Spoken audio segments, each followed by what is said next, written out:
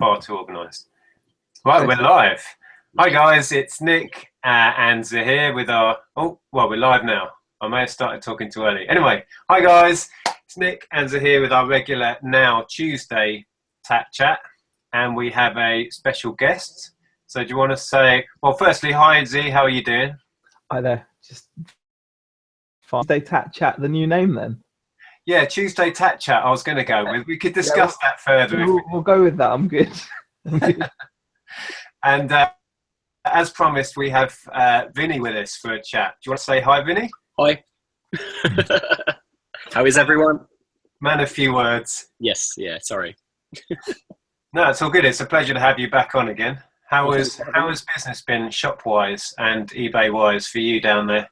It's been pretty busy, actually. We've obviously just had like the summer holidays. So, you know, everyone's been off school and college, so that's been pretty busy. eBay's been pretty busy as well. I've been like mad listing with my wife over the past few weeks, and that's built up pretty quickly. And yeah, everything's going pretty good. It's slowed down a bit in the shop now because everyone's kind of gone back home. People are back at college and that kind of thing. We lose a lot of our regulars to going away to uni, which, you know, it just happens. It's just a thing down here.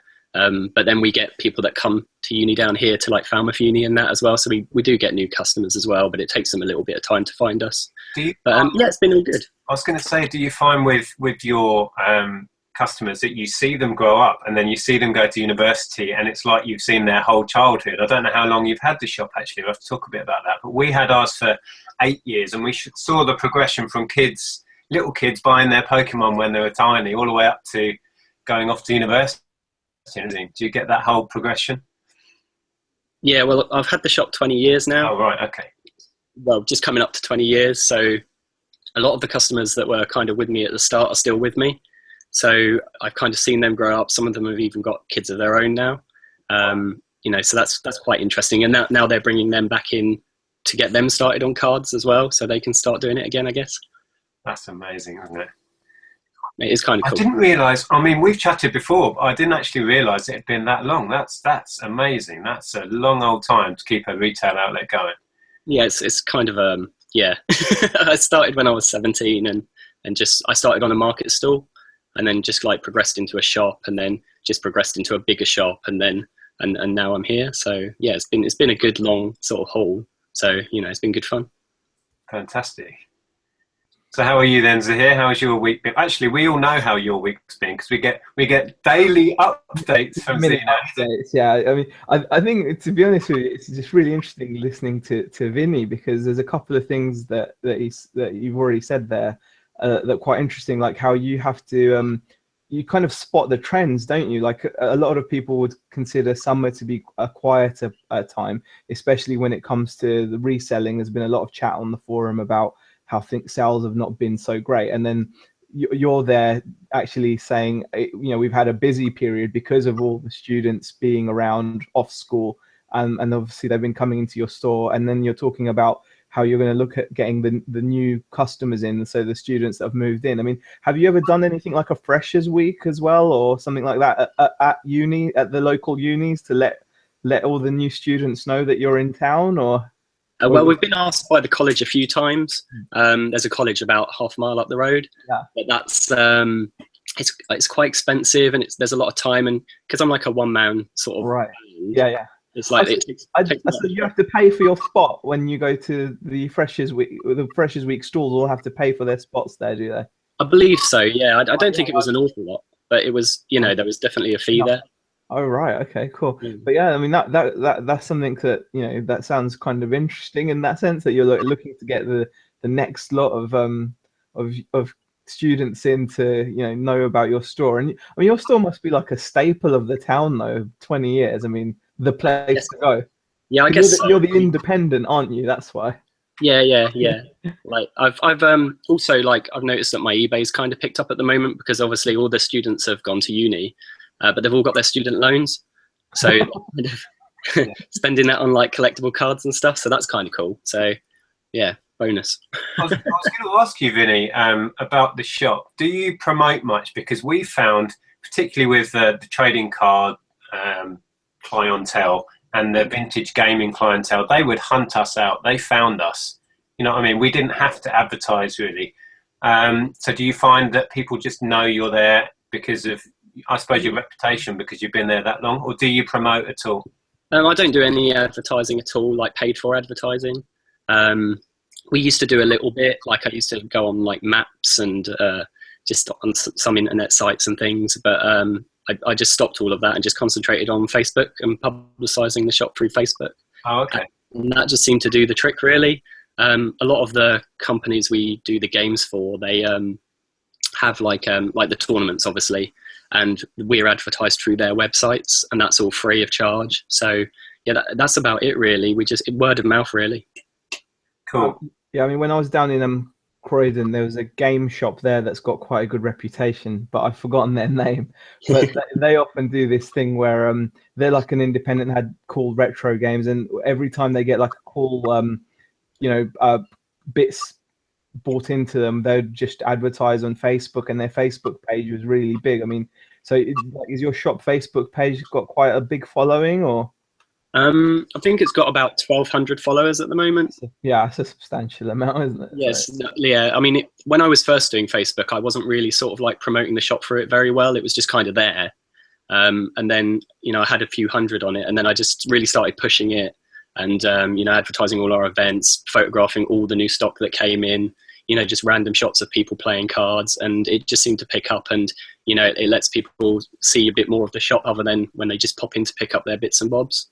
Yeah. So yeah, it seems to work nice. So I was going to say, we kind of hit the ground running with chat, but a lot of people may not have been introduced to Vini before and know what we're talking about with regards to your shop. Do you want to do a bit of an intro and explain the background of your shop and the fact that you're a reseller as well, just so people know who you are and what you're up to? Okay, so I'm Vini. I'm 36. I've had my shop for 20 years nearly. Basically, I sell collectible card games like Pokemon, Yu-Gi-Oh, Magic the Gathering. We do tabletop wargaming, so Games Workshop, Warhammer, that kind of thing. Board games. We're known as a friendly local gaming store, which is what these types of shops are. We're just a retail outlet, and a couple of years ago, I decided to start getting into eBay a bit more with the pressures of the recession and things like that. I needed to find more customers, and then I just literally found reselling kind of by accident as well. I just stumbled across it. I saw some people on Toy Trader, got talking to a guy called Simon Crowley, I think his name is, and he was just telling me how he went to car boots and went to charity shops and got all these cool toys, and then could just resell them for lots and lots of money. So I started looking for YouTube videos, and then I stumbled across Nick, and then I stumbled across Zaheer, and then that was when it kind of went off, really. Cool. And you've been making videos yourself for quite a while. I saw your haul the other night, and I was busy working in here, so I didn't catch a lot of the detail, but I noticed you picked up a Pokemon Soul Silver, was it? They are like hen's teeth now. Yeah, guy, one of his friends came into the shop a few weeks ago, and he said that he was going down to CEX with a load of like DS games to trade in. Well, why don't you just trade them in here? And he was like, oh, can I do that? And I was like, yeah, if you want. So he just traded them all in, and then the week after he bought me like a Sega Mega Drive with loads of games, and then he bought me like some Game Boys, and then the week after his friend bought that in. So that's an interesting one. Do you trade other stuff against trading cards or against new stock? Because we had a pretty much open policy in our store. If it was stuff that I bought and sold, you could trade it pretty much against anything. Do you advertise that? We don't really advertise it, but it is something we do. We'll offer people store credit or cash. A lot of the time they just take the cash, but if they're kind of like a regular in store, sometimes they'll take the store credit because we'll offer a little bit more. Yeah. So it just depends. Sometimes they take the cash and then they spend it straight away. So we're like, okay, but it's an option. Cool. I was just going to say, have you got the chat open? I just did. Yeah, I just did. I was thinking we've actually got 71 people already watching. We've only got 8 thumbs ups though, so I'm sure that will go up. But yeah, brilliant. Vinny, I've got to ask you this obviously because well, I'm thinking anyway, I'm like, you run a busy store, you're in there, you have these, you organize evenings where you're doing card tournaments, etc. And you've kind of passing mentioned that you and your wife have been listing a lot on eBay. Organize your time to actually prep and prep the items, photograph the items, list them, and like, how is that shared? Because just from my point of view, it's actually pretty incredible. I don't know, it's a learning curve really. We're still learning how to list best. At the moment, anything car boot wise I deal with from start to finish. Just like cleaning, prepping, photoing, list, just everything, the whole, and then packing. So just all of that. And then my wife, basically, the way we found it best is that she basically drafts everything. So I've taught her what the different types of cards are. Anything she doesn't know, she just leaves blank. And then she drafts everything. And then I go back to it when I'm free. And then I just fill in all the blanks. Oh, right. Okay. What time during the day are you doing this kind of stuff? I mean, like, how long are what's your average working day? Just so people know the amount of effort that is required to do what you do. All day. Because you're very nonchalant. No, like, and that's not a criticism, but do you know what I mean? You come across quite laid back and like, I do a bit of this, I do that, but it's important, I think, so people get an idea. How many hours a day you're putting into to do what you do. I like all day, every day, like pretty much. That's it, all day, every day. Like my phone's always on. I was listing just before I came on here. I was packing before I came on here. I've got a few parcels. So when I go, obviously spend some time with my family. And eat my tea, play with the kids, do their homework, they go to bed, and then I'm back to listing and relisting and that kind of thing. But that is the reality of being self-employed, pretty much, isn't it? Your brain is always on the go, even if you're not physically doing something towards it. It becomes your life, pretty much. And retail is it can be overwhelming. It can take over. We found that retail took over our lives in a good way on one side, because we had a great community and we knew a lot of people, all the regulars, but also you have to try and get that balance where you can get away from it. Do you struggle with that at all? I used to. I mean, it's just part of my life now. I just kind of deal with it. And my wife's really good, actually. She puts up with a lot, because I'm like always on my phone and I'm always messaging people and talking, and she has a bit of a moan every now and again, but I don't really blame her. Like, I can see it could be quite annoying, but I do spend time with my family and I do turn my phone off. But then when I get back on the phone, it's just, back to my listings or whatever. It's just full on, just work harder and just get the stuff done. And that's about it, really. Yeah, I mean, that's a great example of work ethic there, to be honest. Everyone that's in the chat should take something from that. I mean, I'm kind of sitting here thinking, wow, I need to up what I'm doing as well, because that's like, it's impressive, whichever way you cut it. I mean, we've started to get a few questions in. Adam McNulty has asked, do you keep a record of how much each individual item costs that you pick up at boot sales? So for example, if you get a bundle, do you just record the bundle, or each individual each individual item? I mean, that's something I'm sure you could clarify, because dealing with the vast items.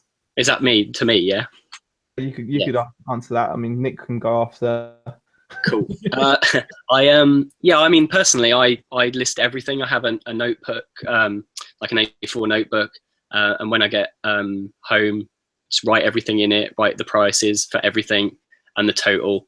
If I buy like a bunch of action figures off someone, I'll just write, bunch of action figures, £5 or whatever. And then just total it up, make sure that my money adds up to what I have left and what I've spent, and then just put that onto my accounts, basically. Yeah, so here, that's pretty much what I do. I know there are people who have spreadsheets and they take it right down to the individual, like Zaheer, you were trying a while back. Yeah. And we've discussed this before. I don't see that there's any point really in that, only for personal use. But I mean, regarding boot sale stuff, I have a ledger and I write in. I don't go into massive detail. I might go 10 board games, 20 quid, a bundle of CDs, a fiver. You know, if the individual item was expensive, I might write down exactly what it was and the cost. But like I say, as long as you keep a record of the date, where you were and what you bought and the total you spent, that's pretty much all we can do, because we're not going to get receipts at car boot sales. That's another question that comes up all the time. So that's what I do. And yeah, I mean, that's a great like example of like progression, I suppose. Like when I first started, you know, I didn't have as many items listed as I do now, and I think you're very eager to do everything correct when you start, and you take things a bit too far. I mean, what we're doing now is still correct, like noting down how much you've spent. As you know, it's an expense buying stock at a boot fair. It's just that it doesn't need to. You don't need to divide it down or note down to each individual kind of item. So, for example, if you bought like a bundle, I don't think there's any need to literally assign a value to each part, as long as you've got what you paid for the bundle and it totals up. Yeah, I mean, that's just something I learned. I think it's partly when you start, you're very focused on each individual item, because everything's fresh and you're excited about everyone. When you get to this sort of scale, or the scale of Vini's shop, and you've got hundreds of thousands of items, you kind of lose that fascination with how many pennies you're going to make on each card, or how much each PS2 game is going to make you individually, because it becomes about the whole, how much you've spent that month and how much you've taken that month, which is all you really need to know, to be honest. Jazzer Official has a little question. He goes, any tips for a 15-year-old wanting to sell easy to package and cheap things to post items? Vini, I mean, you are surrounded by a certain item that is easy to post. I don't know. Just something that fits in an envelope. Yeah, there you go. Anything that fits in an envelope. What would a good idea would be to look at trading cards. No, don't do that. you may have some competition there, Jazzer Official, but maybe. That's a great subject, and obviously we've got a real expert on trading cards here with us, so we need to get some questions in about that. I've obviously dabbled on and off over the years. I used to sell them in my shop, which in many ways was similar to Vini's. I was going to ask you, your eBay, is that predominantly trading cards? What sort of percentage of your listings would be cards, you reckon? I think probably about 70 to 80% are collectible cards, so it's an awful lot. I have a lot of car boot stock that is just sitting on shelves, not doing anything, because obviously the cards are just so much easier to list for us and easier to package. And now I have an employee as well, going through like just boxes and boxes of cards. So like under here, I don't know if you can see, we have like these are all ready to go on eBay. Like we've just got to photograph them and then do the description and get them up. So yeah, most of my stock that I'm selling on eBay is predominantly collectible cards. But there are a lot of car boot bits on there as well. Vini, I don't know if you looks into. Oh, sorry. Go ahead. I was just going to ask about the cards quickly. Do you have a lower end limit? I mean, or are you only putting the expensive stuff on? Do you have a sort of price limit where it's worth your time to do? How do you figure that? Like we try and list anything that's expensive first. So as we're looking through a box, I'll say like, don't take anything out that's worth less than like £3 to £5. And then we can like do play sets, which will be like 4 of a card or 3 of a card if they're like £3 each. So we're like doing for £9.95 or £12.95. Just keep dragging all that stuff out. And then sometimes if a card is like a staple in a game, like something that's used all the time that has a lower value, we'll list that just because we know they're going to constantly sell.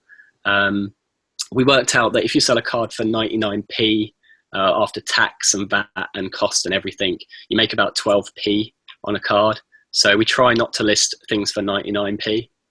I do have a few items that are like £1.95, but again, they're the ones that sell quickly and quite regularly, and normally with other things as well. So are you adding shipping on top of these as well? No. Most people don't do shipping on collectible cards.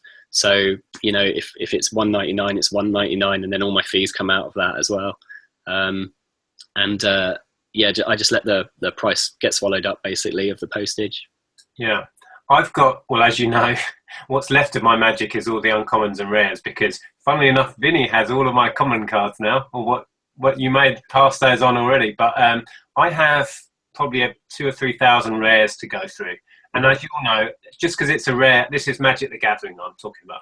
Just because it's rare doesn't mean it's valuable. And I will have probably half of those that are worth 99p at best. So have you tried doing multi-listings? Because that's what I'm thinking. Doing a multi-listing for 99p cards with 99p cover all shipping. So pay one lot of shipping and then pick as many as you want. I don't know. I tried that with a few sets a little while ago, probably like a year ago. And the majority of them just finished and never sold at all. I mean, personally, I would go through all of the cards, check the price of them all individually, list any that are like $2.99 and above separately, and then I'd probably just bundle the rest as a job lot. Right. Okay. Personally, yeah. I mean, I've seen people they seem to have quite good success with multi-listings, but it tends to be for foils and shinies, and I have a few hundred of them, so I might try that. But then a lot of those are worth doing individually anyway. Yeah. I mean, a lot of them can have quite good value, so it's just worth kind of just sticking them up on their own, and just doing it that way. It depends what suits you, really. Yeah. I can't do multi-listings because I always use my phone, so I just don't do them anymore. Yeah, good point. Okay. The questions have been flying by. So. Yeah. I wanted to just get this in. This question in actually, Vinny. Kenneth Chapman has just actually hit the nail on the head about what I was going to actually ask, because I was listening to Scavenger Life earlier, and they had a guy on that thousands and thousands of postcards, and basically Ken's asking, have you ever thought of buying like a high speed like top feed scanner, which to scan all your cards in? It does the front and the back instantly, and it just scans the cards in, so rather than taking photos, and you could probably churn through. Have you thought of that at all, or is it something that you'd not do? Or? No, I mean, we're just like happy listing through the phones, really. We find it quite quick, so I don't know. Maybe a scanner would be cool, but I'm pretty I'm not very good with technology, so I'd probably just mess it up. Okay, fair enough. Anne Hamilton has a question as well. Quite a good question, or a regular one though. Do you worry that other resellers will start buying the same items you are selling and cause the price to drop as there is so much supply? Go for it, Vinny. Yeah. To be fair, there's plenty of people selling Pokemon and Magic cards. I think every 16, 17-year-old kid in his bedroom is buying it off the same distributor as I am, breaking it up and selling it. There's kind of like an endless supply of players out there. And, you know, I've got my regulars, obviously my shop. People are very sort of like keen to support the shop if they're a regular to the shop. I know a lot of my customers buy stuff offline. If I don't have it, they'll go straight online and buy it. So, I'm just doing that as well now. So I'm not worried the price is going to go down. I'm not worried, everyone's going to steal my market. I mean, you can try and sell collectible cards if you like. It's not easy. It takes up a lot of your time. So yeah, go for it. Knock yourself out, guys. Yeah. It is a huge market. Any day, anytime, any day, there will be millions of trading cards listed across eBay. And, if you want to jump into that market and have a go for it, but it won't affect the whole market. And talking about it online, I don't know if the question was talking about, are we worried that through talking about what we do, we're shooting ourselves in the foot? Because that question comes up a lot. And I don't think you could ever affect that market much at all.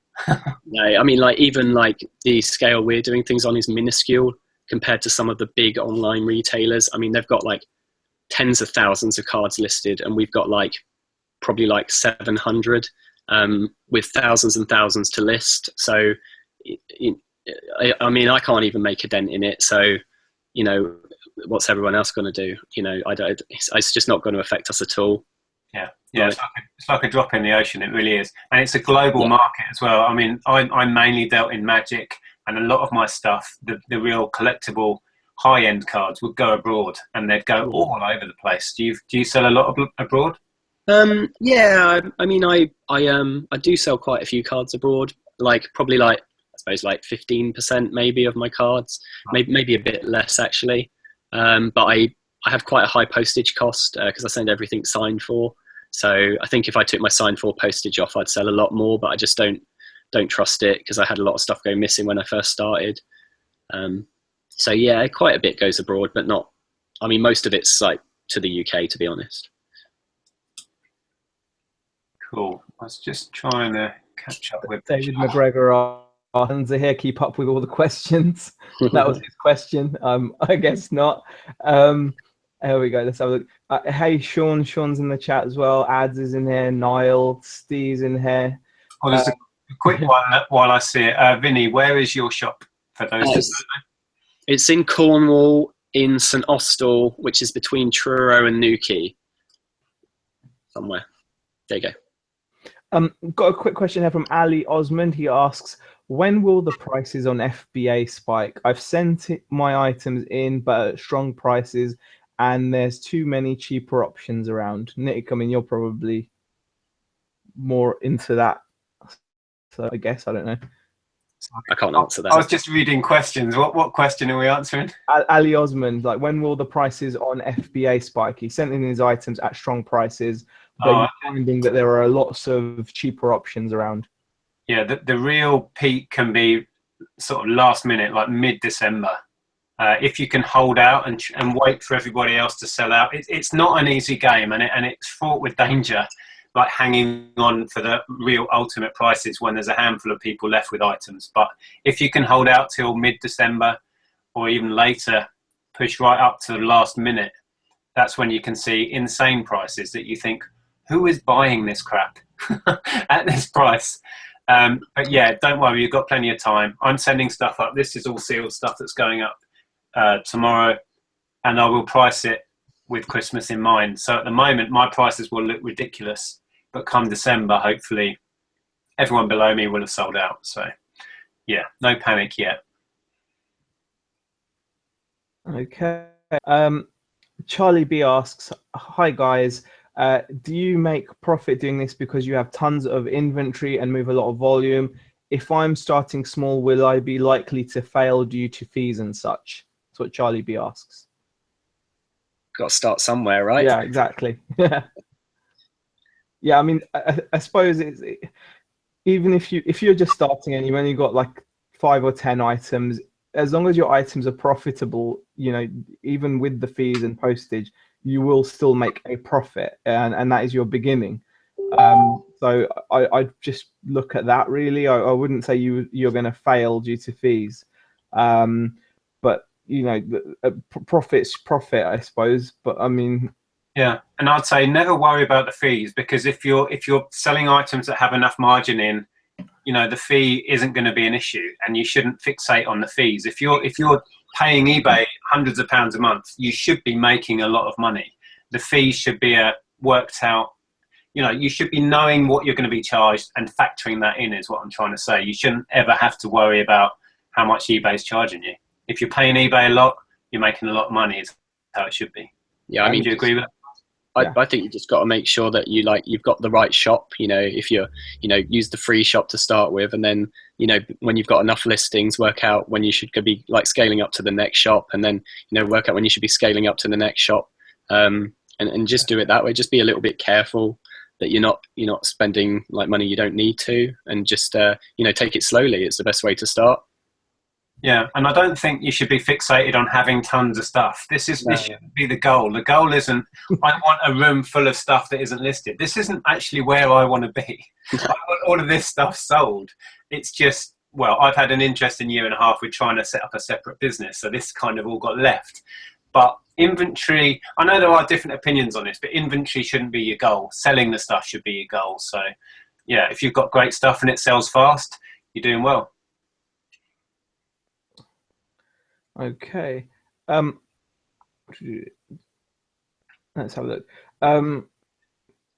Question. Deverton Junction asks, how would it be like reselling without a car? impossible. To do it, yeah, to do it at the kind of like volume, I suppose. If you're talking about volume again, if you're talking about having, a lot of inventory and taking advantage of the boot fairs, then yeah, you're right. I mean, Vinny, how many times have you filled out the back of your car at the local boot sales? I've lost count. I mean, literally all the time. I was actually thinking about this earlier, because like obviously Darren's just come back on the scene, Darren Smart, and he was often saying, like he didn't drive and that, and I was just thinking about that earlier, and just thinking about all of like Facebook deals I'd have missed if I hadn't have had a car. I can pop around in 10 minutes, 20 miles away or whatever, and just going from one car boot, filling up your car, to another car boot, filling up your car more. It's just stuff you just couldn't do without transportation. Like it would just be impossible. I don't know how you do it. Yeah, not to mention possibly limiting the kinds of items you pick up, and then moving on from a car, the guys that have got vans are in a completely different game, because they can then often buy items that I, for example, wouldn't be able to buy, because they're even willing to put up listings of bigger, heavier, bulkier items and then charge for delivery within 50 miles or 100 miles, and they can shift some really high value stuff, some really high value items. So yeah, transport, whether it's important. Yeah, I'd agree. Darren was in the chat actually. So hi, Darren. I think having a car is a real game changer. But if you're ingenious enough, there are business models where you don't even have to leave the house to get your stock.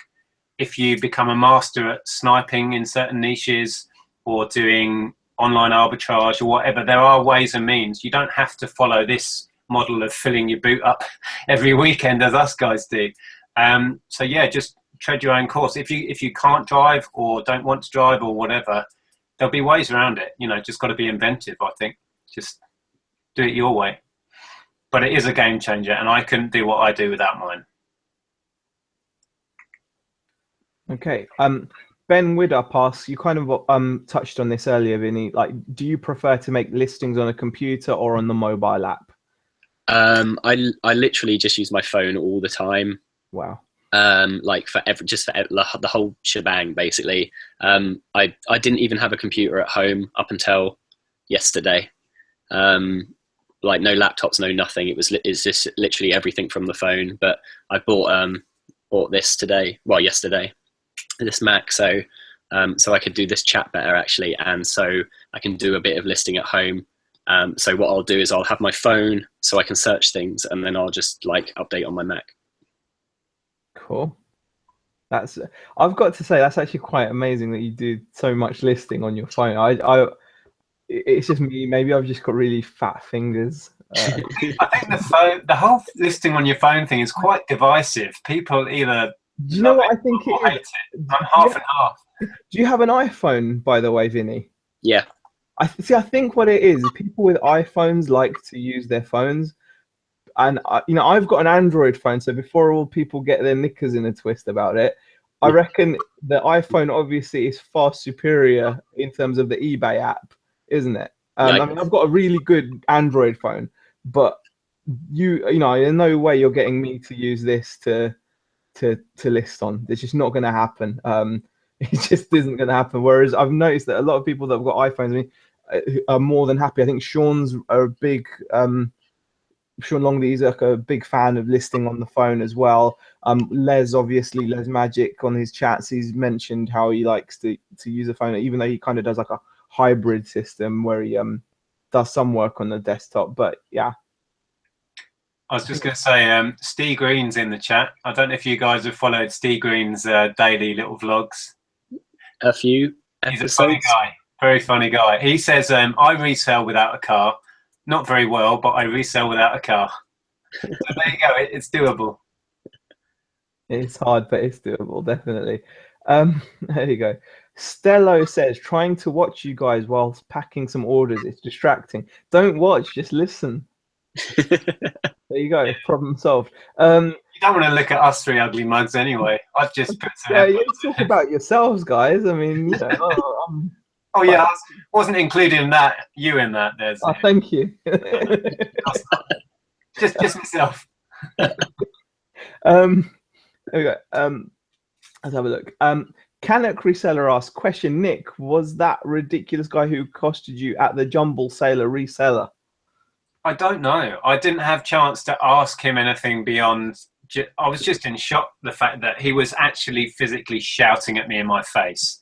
He didn't know me from Adam, and yeah, I was just taken totally unaware. I wish I could go back and have some comeback to him. You know what I mean? And make him buy the item for a tenner, because he never paid the tenner. He said he was going to. So just lost, yeah, it's just insane. That is just. I mean, Vinny, have you ever had any, since putting out your YouTube videos or anything like that? Have you had anyone, grumble at you or generally, I suppose, when you're taking things in for trade-in at trade-in prices? I mean, how do you deal with people that maybe have a little gripe or a grumble? I mean, about having to give their stuff in at lower than eBay prices. Yeah, I mean, I'll get it quite regularly. Like someone will be like, "Oh, do you want? Oh, how much is this card worth?" And I'll be like, "Oh, it's £20." And they'll be like, "All right then." And I'll be like, "Oh, what?"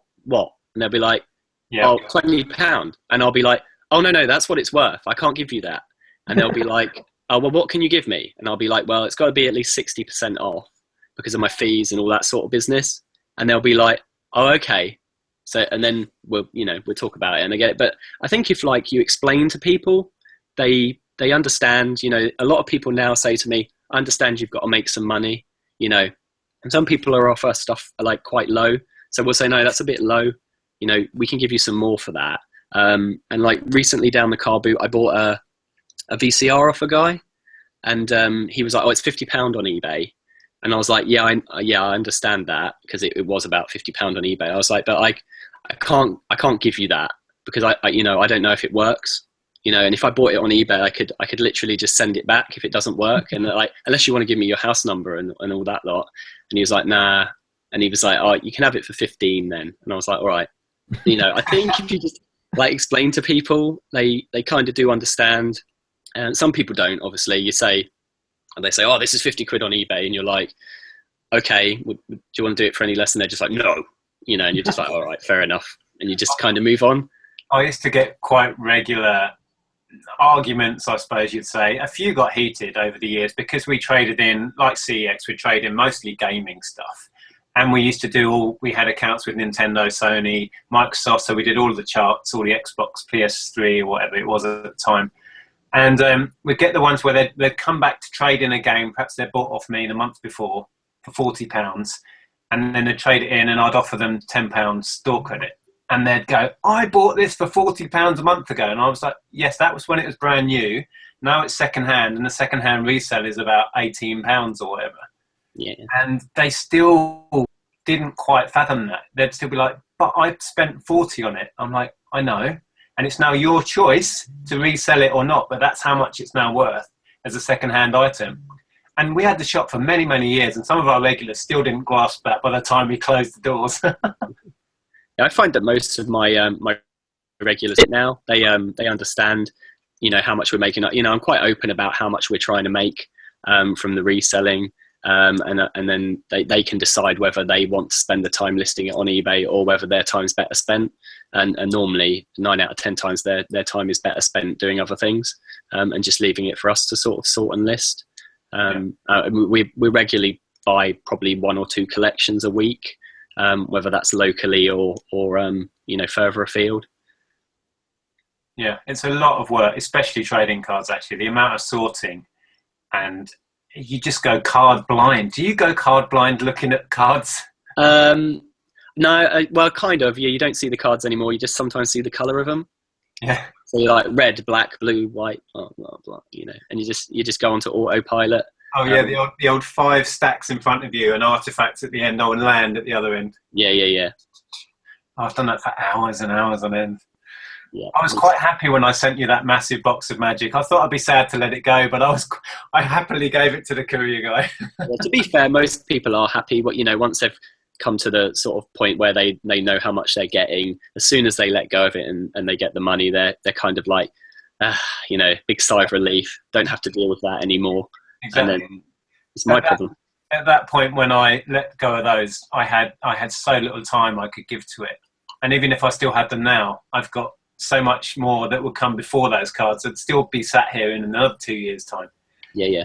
I needed to get shot, and I'm glad you've made some use out of them, hopefully. Yeah, they're kind of just in a box at the moment. We had a quick sift through them just to see if there was anything like really big in there, but we couldn't see anything. So you'll be pleased to know. Good. So, they're just kind of like there, ready to be sorted now. I saw an interesting question from Darren a minute ago. Let me find it. Yeah, I've got it here. Oh, go for it. Yeah, Darren asks, if you sold all your stock and started fresh tomorrow, what would be the first niche you'd go with? Collectible cards. Yeah. All over again. Well, just because I know about them, so I don't have to learn anything. It's like I can just go straight into it. And I think if I started again, I probably wouldn't start with a shop. The shop takes up an awful lot of time. There's a lot of customer support that has to be given out. Stock checks, stock orders, deliveries, and all that kind of thing. Sorting out all the tournaments and that. I love doing it, but it does take up an awful lot of time. I find the reselling side much easier. If I could go back in time, I'd probably just go straight onto eBay as soon as it started up and just start doing everything from home and doing it on there, and then just sort of enjoy my hobby and go to shops like mine, and then just make money, make my living doing what I do, but without having to run a shop. So yeah, that's what I'd do anyway. Yeah, that's interesting. Regards to what I'd do, I'm kind of a niche dabbler anyway, so I don't think I'll pick one. I'd dabble in all of them, as I try to do. Some with success and others with not, but I'd keep dabbling in every niche. Yeah, I think I'd probably be similar to that in a way, because I think I like to just learn about new things, and sometimes you come across new areas which are way more profitable than stuff that you're into at the moment. And so it's nice to just be able to switch and just mix and match a little bit. I mean, Vinny, you've gotten yourself into a lot of I love watching your pickup vids when you're getting all those vintage action figures and vehicles and things. I mean, those kinds of things are just awesome fun, and I love photographing those and everything about them. Yeah, to be honest, even though I said I'd probably do collectible cards, I do enjoy getting all the strange and wonderful sort of things you find at car boots, and just moving into new items. I bought a doctor's bag a little while ago. Yeah. And I picked it up for about £4 or £5, and I can't remember who it was. It might have been Ken or someone. He told me a good description, or Ian. I can't remember. And I stuck with the title they told me, and it sold within a few days for £45. And so I always look out for them now. And I picked one up the other week, and that sold for £45 as well. So just and that's something I would never have sort of thought about picking up if I hadn't have got into the reselling. At car boots, I would have just stuck to what I knew. But it's just really good fun, just sort of exploring new avenues, like you say, and just finding all these things that are worth money that you just never think they'd be worth money, but people love it and buy it. Absolutely, that's what keeps it fresh, and the community's been good for that, giving me new ideas. Oh, are we getting feedback? All right, let's see if it can work. Oh. No. How is that suddenly appearing? Right. Okay, it's okay. No, it's not me. Is it me? Have you got speakers near me? No. They're all in. Ooh, that's weird. If one of you've got headphones, do you have any headphones close to hand? No.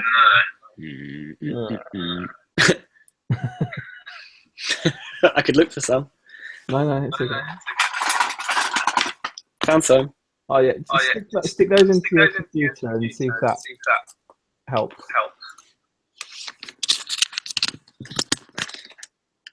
How are we doing? Oh, Okay. Is that better? Hello. Hello. Yeah, Yeah, that's it's gone. perfect. It went straight away. Yeah. So Okay. headphones are always better. Isn't that so weird that it Okay. suddenly started though? Why? Yeah, I don't know why it does that, but yeah. What were we talking about? I had something really interesting to say, and I can't even remember what we were talking about. I've seen a really cool question here though. Adam McNulty's dogs have got over 5,000 followers on Instagram. Any idea how we could monetize this following? How using your entrepreneurial nous. What I would do, so it's on what? On On Instagram? Instagram, his dogs have got over, and one of his dogs is called Vini as well. So, Good name. Good yeah, name. that's Well, what he said. the obvious one is affiliate links to things like dog food and dog coats and things like that. Set yourself up with affiliate links to eBay and Amazon and whatever. So whenever people click through to products from your page, or set them up with a Facebook page or whatever, and Take then photos of the dogs next to products. Get them to hold different products, and then put links in. Watch the money come in. there you go. Yeah. I don't know. That's a ridiculous suggestion, but still. Okay. It's not. I think that's a great idea. Okay. You would be surprised, actually. People like to buy things that people, or even animals, I guess, that they know and trust. Animals. Yeah. Sure. Yeah. It's true. No, it's true. It just sounds silly. That's all. What were we talking about before? Because it's going to bug me now. We were talking about I can't remember. finding items from outside of what you normally do that interest you, because you find that you find a new niche that's worth a lot of money. Oh yeah. You might be into, like Vinny's into his cards, but he found a doctor's bag. Yeah, I was going to say about what niche. The original question that Darren put about what niche would you specialize in. If I could find enough, I would only buy 80s and 90s toys, because they're so cool. They're exciting, as we're saying, to photograph, to sell, but there's just not enough of them. Yeah. So I couldn't just stick to that one niche. I'd just love to sell vintage amps, like worth thousands of pounds, like really good ones. Not the crusty ones I pick up. I'm talking like really rare Pioneers and rare Krells and things like that, like high end stuff as well. Yeah, you saw that thing I bought earlier, didn't you, Zaheer? Oh yeah, that's a fantastic pickup. That is fantastic. I might as well share. A guy near to me in Hitchin is selling off his Bang & Olufsen, really proper vintage, like 60s and 70s, like gear. And I sniped his great big, it's about that wide, and it's a radio receiver. And I got it for 72, and I'm thinking I'll get about 200 back. And there's a load more stuff ending soon, actually. Oh, so Nick just decides to go. I might have to open up my eBay and have a watch in a minute. Right, shall we dip back in the question? Actually, did you have any other questions here? What did I have? Oh, I had a good one. It's pretty obvious, I guess, Vinny, but did Pokemon Go have a big effect on your shop? Actually, aren't you a place? No Pokestop here, I'm afraid. We did try to become a Pokestop, but they just didn't answer us in our emails. But yeah, no, it did have an effect. It's obviously got busier. It's got a bit more mainstream. The general public, we're seeing more general public walk through the store, and being sent up to us by other shops who just don't have sort of like the quality of depth of product we have. If you go into like a game, they'll have a booster, maybe 2 boosters, some tins, and a special set. We've got like several boosters, like loads of tins, loads of box sets, and that kind of thing. So customers can get a better choice up here, and usually a better price. Actually, we're cheaper than a lot of the major retailers, so we can be competitive with the online stores, because a lot of our regulars, if we weren't competitive, would probably use online stores, just because they're such heavy discounters compared to sort of like, well, I suppose it's the same in a lot of markets, but they are really heavy discounters, the online stores. So yeah, that must really squeeze your margins on boosters and stuff, though. Surely, massively. Yeah, I mean, we like the retail price of a a booster is about 369 now. Wow. Yeah, I know. That's crazy. I think they were 250 when I stopped doing Magic. Yeah, they would have been around 250, but we like held our price of Magic and Pokemon at 350 or 3 for £10. So there's quite a difference there.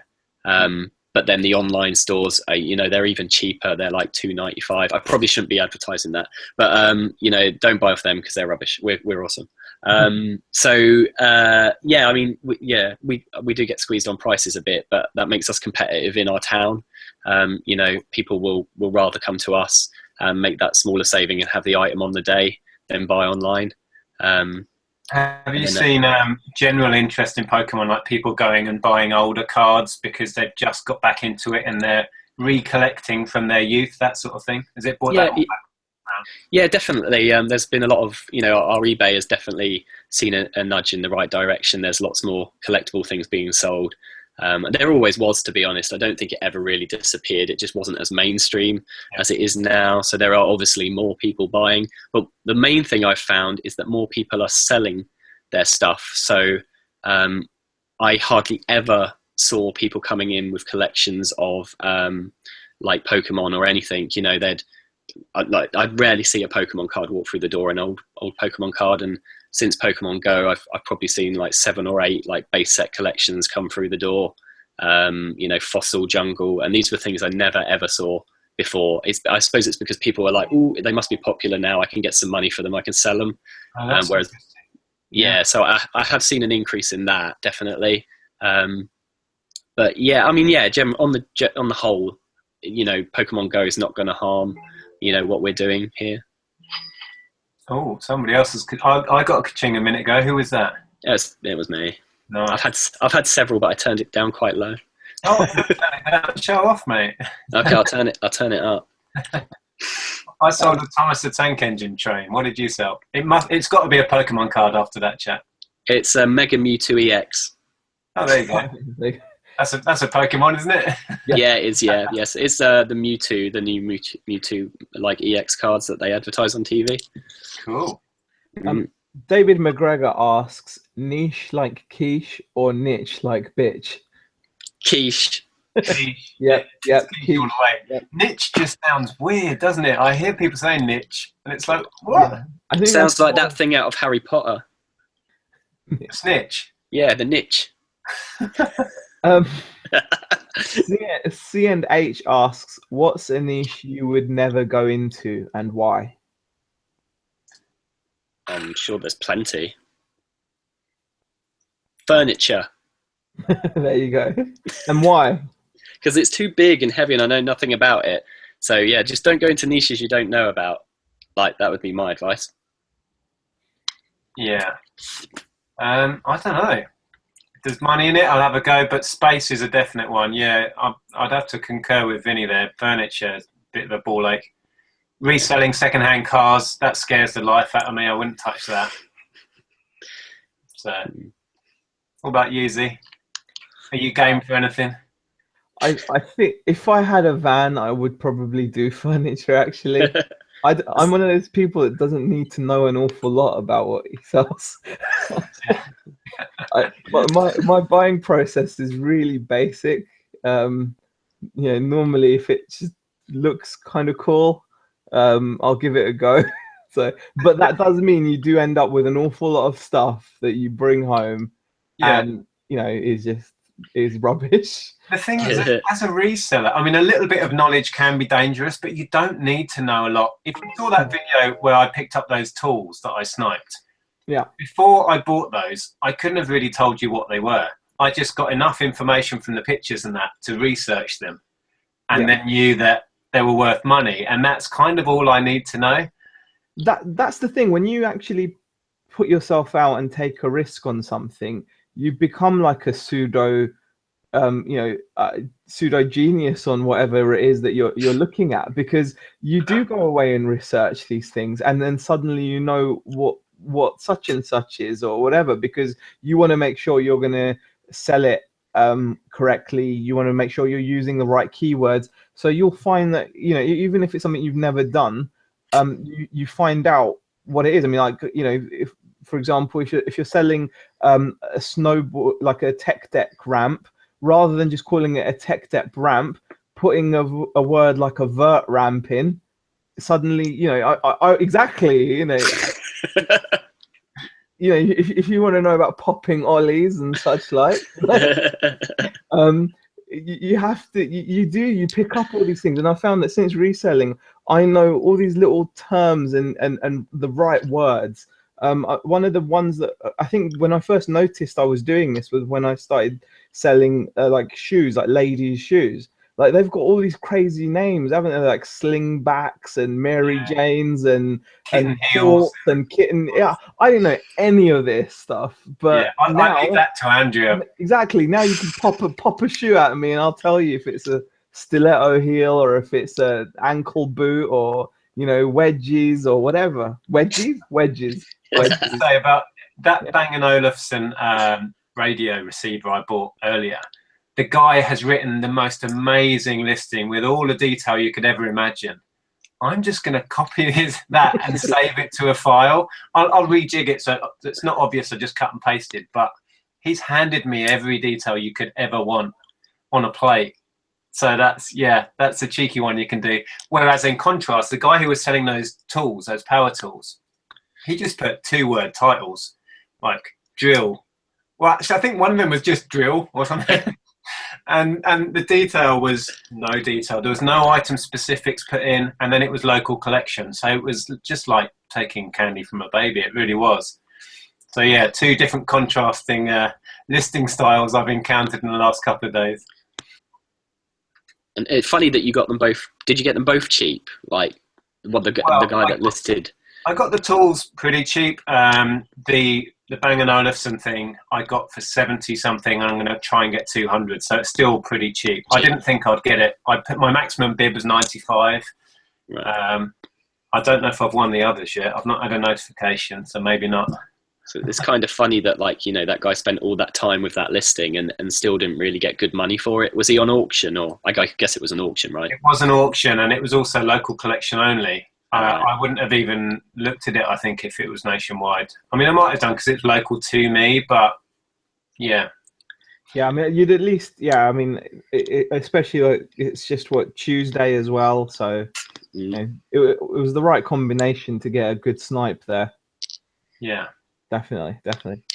Well, we're coming up to 7 o'clock. We've actually got 98 people watching. We've got 51 thumbs up, so really thank you, everyone. If you've got any more questions for Vini, please shoot them into the chat, and I will do my best. And so will Nick, because Nick, you got chat open as well, haven't you? I do indeed. Yeah, exactly. We're getting pro at this now, aren't we?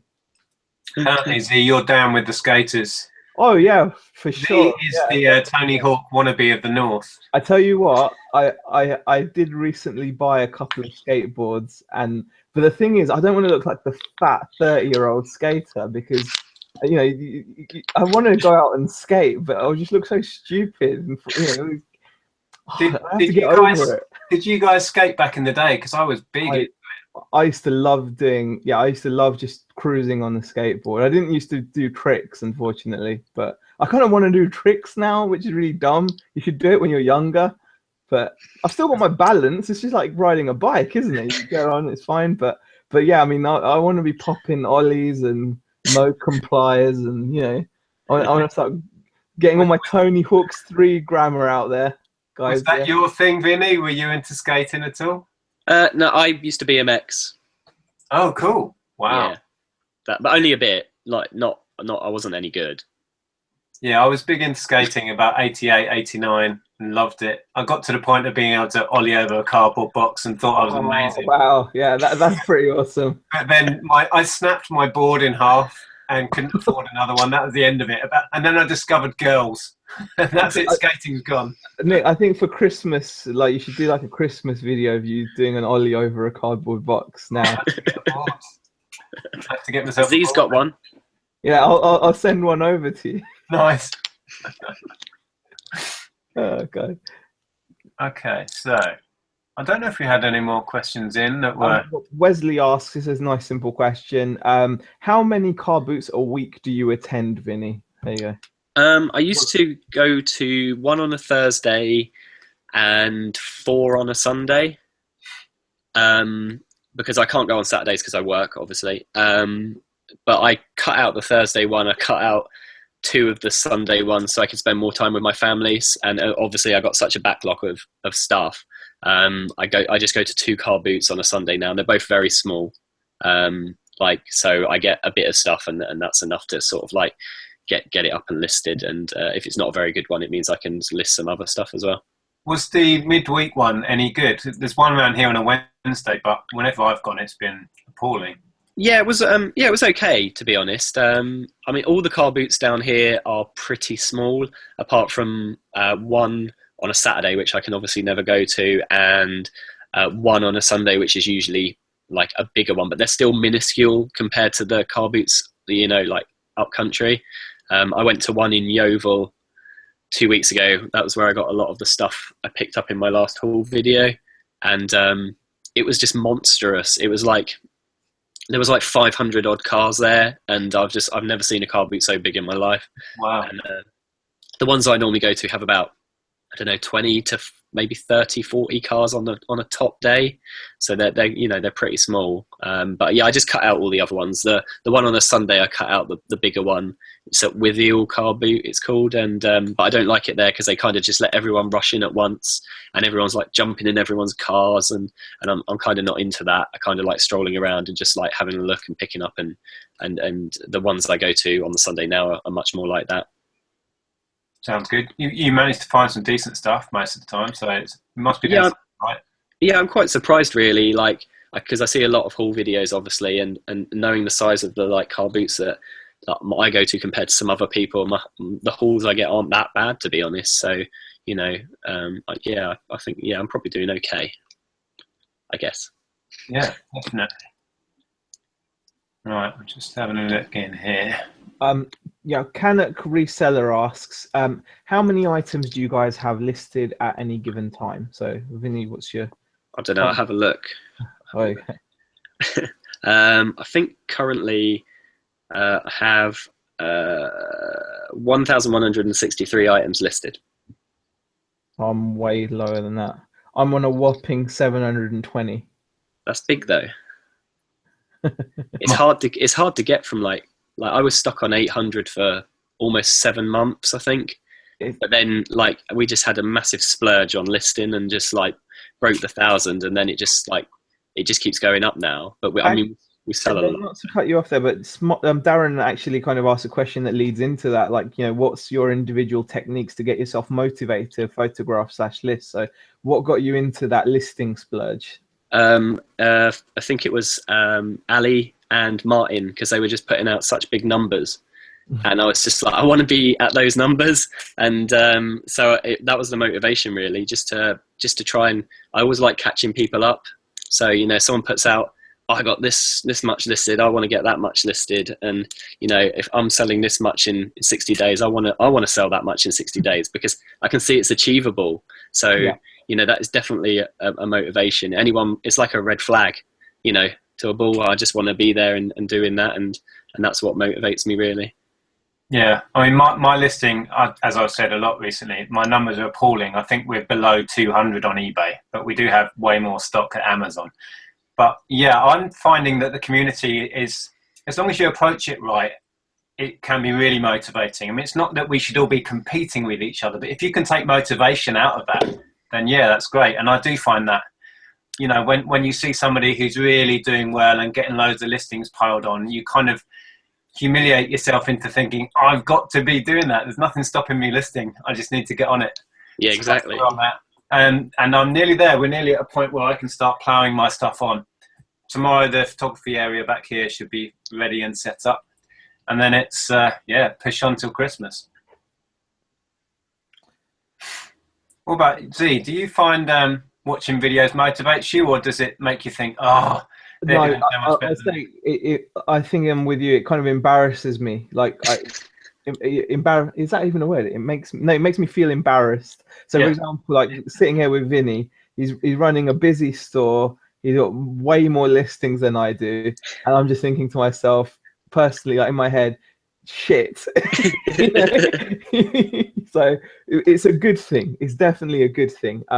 It's and that, I think that's attitude based, isn't it? Because you could easily sit there and think, oh my gosh, how will I ever catch up to that, or how will I ever do that, and get disheartened. But there's no point in doing that, really, Yeah. is there? And I find setting little goals, like today I'm going to finish that stack, and you know, this afternoon I've already got planned out, I'm going to do those 30 items or whatever it might be, and then you end the day thinking I achieved something, rather than at the end of the day still thinking I want to be at Vini's total of 1100 listings or whatever, because it's unattainable in a short space of time.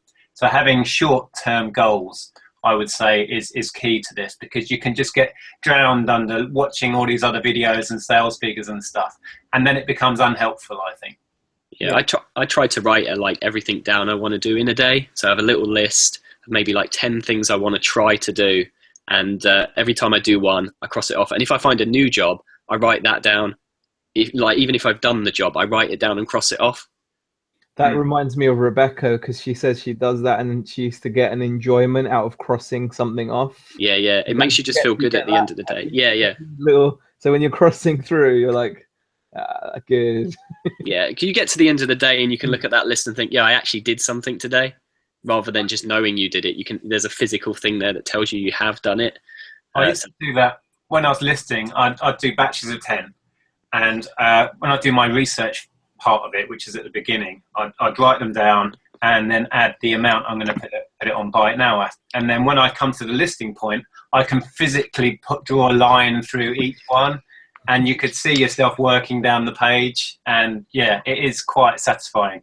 And it sounds really daft, but those little goals and something to head for actually keeps you focused, I think. I've even heard people say setting, I think it was Caroline talked about this, setting on your phone like a 20-minute time or a 10-minute time, and say in that time I'm going to see how many I can get listed. So you're then having a little race with yourself, and it keeps you focused. So I need to start employing those sort of tactics, because I'm the worst at getting distracted by Messenger, Facebook, anything, to be honest. Yeah. Apart from what I should be doing. So yeah, I need to employ some good tactics to keep focused. Okay. Well, we have had a few more questions. We're actually over 101 people watching now, with 59 thumbs up. So, you know, really fantastic. But I'm guessing if we want to wrap this up now, or yeah, we can do. We've been going just over the hour, so it's over the hour. So that's what I was thinking. You've probably got lots of listing to be getting on with, Vinny. I don't mind. I'm enjoying it. Like it's a break. It's a break. Yeah. I thought you had a keyboard underneath and you were listing with your toes. I mean. Yeah, I'm not. No. Well, I have one more question that we'll do. It can apply to all of us. We can all answer this, but I'll direct it at Vini first. Do you find it hard to say no to stock, even if you think yeah, it's impossible. I can't say no. Like literally, like every collection that gets bought in, I have to have a look at it and I have to make an offer on it. And you know, if the offer's right, I have to buy it. And I can't like not go to a car boot if I'm free. I have to go to a car boot. I have to have a look around. And if there's something there that I know I can make money on easily, I kind of have to buy it. It's a disease. I can't stop. He's got the curse here. He's got the curse. Well, I've got to say, I'm really proud of myself today, because I was going to go to an auction, and there was some stuff I really wanted there as well. But we thought, no, we've got to get what we've got listed and look for ways of shifting some of our inventory, because we really do need some cash flow. And I thought at the moment buying more is not the right thing to do. So this is the first time probably that I've actually done the right thing and not gone out and bought, although I'm sat here thinking, God, I've missed out on all this stuff. So, but I'm pretty happy with myself. Well, I'm terrible, because I've actually said in my last 4 or 5 videos, I don't need stock, I'm going to stop buying. And we went to a jumble sale. I sniped a load of gear yesterday. I'm sniping as we talk on eBay. and I went to an auction today, but it was the worst auction I've ever been to. It was literally a house clearance guy selling off his utter crap. I was in there about 15 minutes and then out. It was appalling. It's like stuff you'd set fire to it. You really would. It was just, there was a couple of power tools there that I might have had a bid on, but even they looked like they probably didn't work. So yeah, that was a bit of a failed auction, but it's a good thing because I didn't need the stock. So yeah. So I think we can safely say we all suffer from the same affliction then. Indeed, yeah. I've just had an offer on something. Sounds good. Right, well, should we wrap it up there then? Yeah. Good stuff. I'll tell you what, roles of reverse here. I'm sitting here bathed in light and you're disappearing into blackness tonight. I just didn't turn the lights on. I could easily rectify it. Oh, Zaheer actually has lights in his house. Yeah, we've got plenty of natural light here. Yeah, it's getting a bit dark around me. I just didn't turn the lights on. Well, thanks for everyone for popping in and remembering that it was on Tuesday. It will continue to be on Tuesdays as far as we can see, so that's the new regular day. And a huge thanks to Vini for popping in and chatting with us again. That was great. No problem. And check out Vini's channel. I'll try and remember to leave a link. If I don't remember, somebody remind me in the comments. So you can go across and watch Vini's hauls and other good stuff over there. Thank you. Thanks, Zaheer. Lovely chatting with you, as ever. It was a brilliant chat. Again, thanks to Vini for taking the time out and having a chat. It was really interesting. It's always good to speak to people that are kind of doing it to that level. So it's really cool.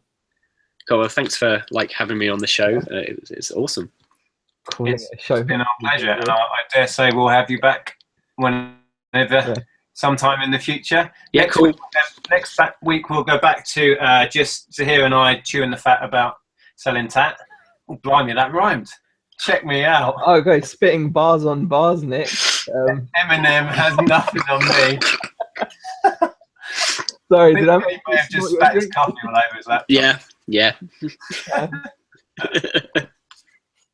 Maybe I should end each week with a rap. Should we go there? Do it. I don't know. It depends. No, it's not going to happen. Right, anyway, cheers, guys. I will let you get on, and we'll speak to you guys soon. Bye. Cheers. I think he's gone as well. No, I'm here.